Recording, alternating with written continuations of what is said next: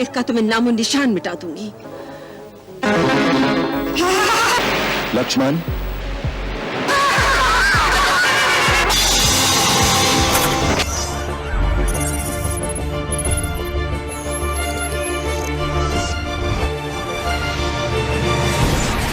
जिस सूर्पनखा की वजह से रामायण का युद्ध हुआ, आखिर उसे राम जी ने क्यों नहीं मारा? इतिहास की एक ऐसी राक्षसनी जिसने सबसे बड़ा युद्ध को जन्म दिया, वह रामायण के युद्ध के बाद कहां चली गई थी? दोस्तों, रामायण का हर पात्र अपने पीछे एक गहराई का कहानी छोड़ गया है, लेकिन क्या आपने कभी सोचा है कि रावण की बहन सूर्पनखा आखिर क्या हुआ, जिसे सूर्पनखा की नाक काटने की वजह से राम युद्ध हुआ? वह आखिरकार कहां चली गई? क्या वह भी राक्षस वंश के साथ समाप्त हो गई, या फिर इतिहास के सबसे बड़े रहस्यों में एक को जन्म दिया? दोस्तों, आज हम आपको एक ऐसी सच बताने जा रहे हैं जिसे सुनकर आपके रोंगटे खड़े हो जाएंगे। दोस्तों, रामायण में बताया जाता है कि सूर्पनखा एक ऐसी राक्षसनी थी जो भगवान राम के विवाह करना चाहती थी। जब भगवान राम ने उसे ठुकरा दिया था तो उसे लक्ष्मण के पास जाकर वह प्रस्ताव रखा, लेकिन लक्ष्मण ने भी उसका अपमान कर दिया। अपमान से जलती सूर्पनखा ने माता सीता को मारने की धमकी दी, जिसके बाद लक्ष्मण जी ने गुस्से में आकर उसकी नाक काट दी। यह वही घटना थी जिसके बाद रावण ने माता सीता का हरण कर लिया और फिर पूरी लंका दूर दूर तक जली उठी। लेकिन क्या यह कहानी यही खत्म हो गई? दोस्तों, बल्कि नहीं। रावण की मौत के बाद उसकी पूरी लंका तबाह हो गई, लेकिन एक अकेली सूर्पनखा बच गई, जिसके बारे में कोई ज्यादा बात नहीं करता। हालांकि इतिहास के कुछ पात्रों में ऐसा चौंकाने वाला दावा किया जाता है कि कुछ विद्वानों का मानना है कि रावण ने मरने के बाद सूर्पनखा ने लंका छोड़ दी और भटकने लगी। ऐसे में भटकते भटकते वह पहुंची दिव्य गुरु शुक्राचार्य के पास। शुक्राचार्य जो असुरों के महान आचार्य थे, उन्होंने उसे शरण दी, लेकिन सूर्पनखा का मन अशांत था। वह जानना चाहती थी कि क्या आपके अंत के साथ ही राक्षस वंश का अस्तित्व सदा के लिए समाप्त हो जाएगा, या उसका पुनर्जन्म असंभव है? राक्षसों के गुरु शुक्राचार्य भी इस बात को लेकर चिंतित थे।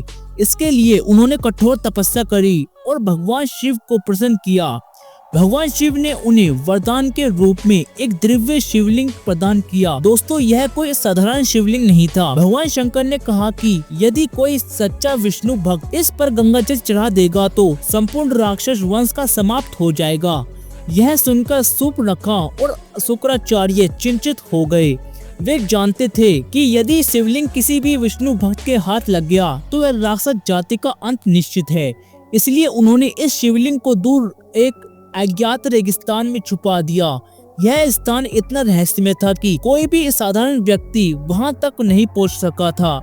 लेकिन यह सबसे ज्यादा हैरान करने वाली बात यह है कि जिस जगह पर शिवलिंग छुपा गया था, आज वो जगह मक्का मदीना के नाम से जानी जाती है। दोस्तों, यह सब सुनने के बाद शायद आपको झटका लगा हो और आप सोच में रहे हो कि अरे यह क्या बकवास है। लेकिन आपने कई विवादित बयानों में यह सुना होगा कि प्राचीन काल में मक्का मदीना लंकेश्वर मंदिर हुआ करता था, जहां भगवान शिव का शिवलिंग स्थापित था। दोस्तों, यह वही शिवलिंग है जिसे भगवान शिव ने देवताओं के गुरु शुक्राचार्य को दिया था। शुक्राचार्य इस शिवलिंग को सऊदी अरब में इसलिए स्थापित किया था कि क्योंकि उन्हें ऐसा लगता था कि यह बात कभी किसी हिंदू को नहीं पता चलेगी कि रेगिस्तान इलाके में राक्षसों के अंत का रहस्य छुपा है। इसकी वजह से राक्षसों का वंश हमेशा के लिए अमर रहेगा। दोस्तों, शुक्राचार्य जी ने शिवलिंग की पूरी जिम्मेदारी सूर्पनखा को दे रखी थी।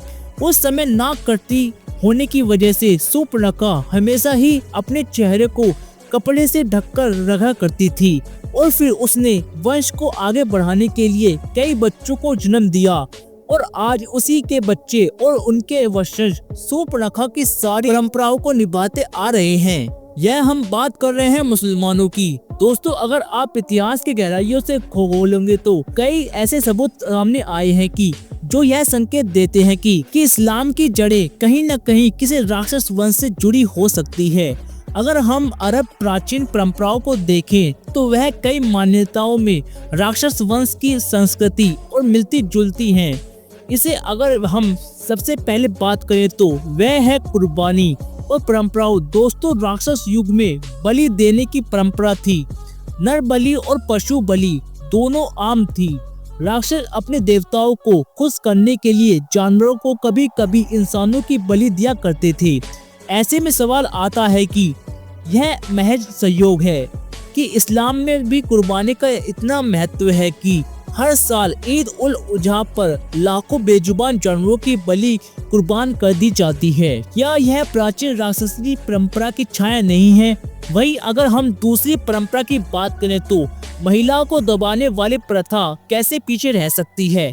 रामायण में शूर्पणखा को लक्ष्मण और राम ने ठुकरा दिया था और उसकी नाक काट दी थी।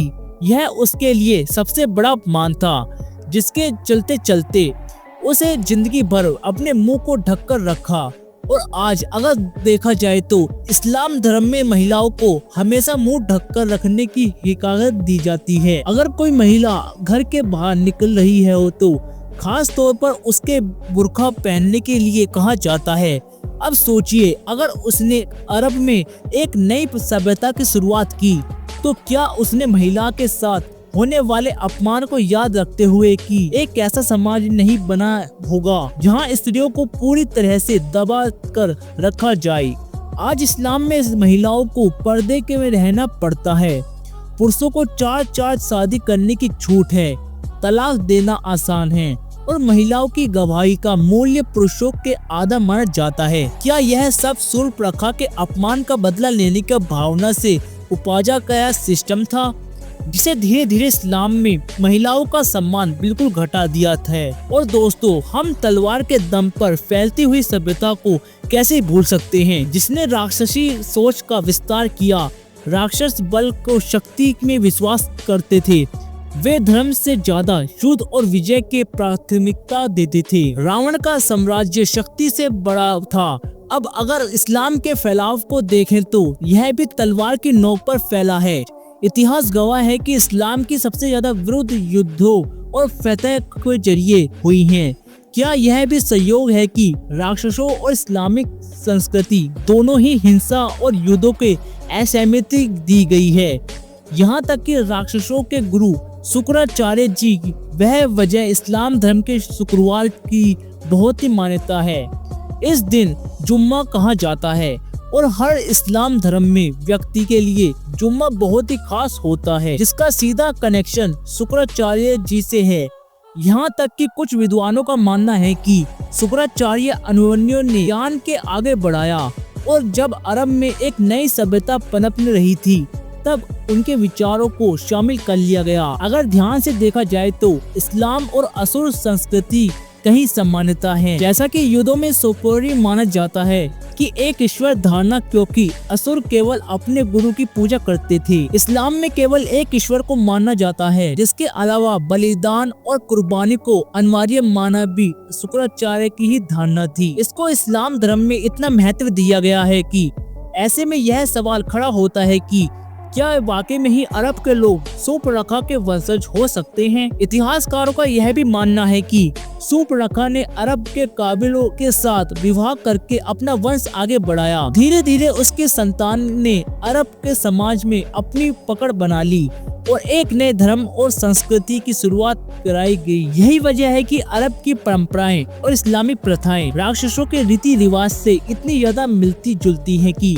कई इस्लामिक परंपराएं जैसे कि कुर्बानी, महिलाओं का पर्दा, शादी प्रथा, जिहाद और युद्ध, यह सब कुछ प्राचीन राक्षसों की परंपराओं से मेल खाता है। दोस्तों, इतिहास को उठाकर देख लीजिए। इस्लाम का विस्तार तलवार के दम पर हुआ था, ठीक वैसे ही जैसे राक्षस अपने बल से अपना साम्राज्य फैलाते हैं। राक्षस ने कभी भी बातचीत करके चीजों को नहीं समझाया, वह हमेशा ही गाठ पर विश्वास रखते थे। और अगर देखा जाए तो इस्लाम धर्म भी यह सीधा हिस्सा विश्वास रखता है कि दोस्तों, अगर यह सच है कि तो यह इतिहास का सबसे बड़ा खुलासा हो सकता है। सोचिए, अगर इस बात में सच्चाई है कि अरब सभ्यता की जुड़े राक्षस वंश हैं, तो यह पूरे इतिहास को पलटकर रख देगा। क्या सच में शूर्पणखा ने अरब जाकर एक नई संस्कृति की नींव रखी? क्या आज मुस्लिम वास्तव में शूर्पणखा की ही संतानें हैं? यह सवाल बेहद ही चौंकाने वाला है और अगर इस पर शोध किया जाए तो पूरी दुनिया का इतिहास बदल सकता है। क्योंकि दोस्तों, क्या कभी आपने सोचा है कि ऐसा क्या कारण है जो किसी भी हिंदू को मक्का मदीना में प्रवेश नहीं करने दिया जाता? आखिर क्यों वहां जाने पर हिंदुओं के लिए सख्त पाबंदी है? आखिर क्यों पूरी दुनिया में किसी भी धर्म लोग को कभी भी नहीं जा सकते, लेकिन मक्का मदीना के दरवाजे सिर्फ हिंदुओं के लिए ही हमेशा के लिए बंद कर दिए गए? इसके पीछे कोई गहरा राज है या फिर इतिहास की कोई ऐसी सच्चाई जिसे दुनिया के सामने छुपाया जा रहा है? और अगर छुपाया जा रहा है तो क्या यह सच में इस जगह का संबंध सूर्पणखा और राक्षस वंश से है? और अगर हाँ, तो आखिर यह सब कैसे हुआ? अगर हम इतिहास के पत्तों को पलट कर देखें तो एक बहुत ही बड़ा रहस्य सामने आया था। एक ऐसा रहस्य जिसे शायद आपको यकीन करना मुश्किल होगा, लेकिन अगर आप इसे गौर और समझेंगे तो हर एक कड़ी जुड़ती हुई नजर आएगी। इतिहास के पत्रों में छुपे इन रहस्यों को समझने की जरूरत है। क्या यह सिर्फ एक संयोग है कि मक्का मदीना में हिंदुओं का जाना वर्जित है, या इसके पीछे कोई गहराई का साजिश है? क्या सच में सूर्पणखा ने अरब जाकर एक नई सभ्यता की नींव रखी? और क्या वाकई में ही इस्लाम का उदय राक्षसनी वंश से हुआ? अगर इन सवालों के जवाब आपको झकझोर रहे हैं तो सोचिए उन इतिहासकारों का क्या जो सदियों से इस रहस्य को पर्दा उठाने की कोशिश कर रहे हैं, लेकिन हर बार उनकी आवाज को दबा दिया जाता है। दोस्तों, आपका क्या विचार है? आपको क्या लगता है कि मक्का मदीना का यह काला सच दुनिया से छुपाया जा रहा है? क्या यह सब महज एक संयोग है या फिर इसके पीछे कोई बहुत बड़ा इतिहास छुपा है?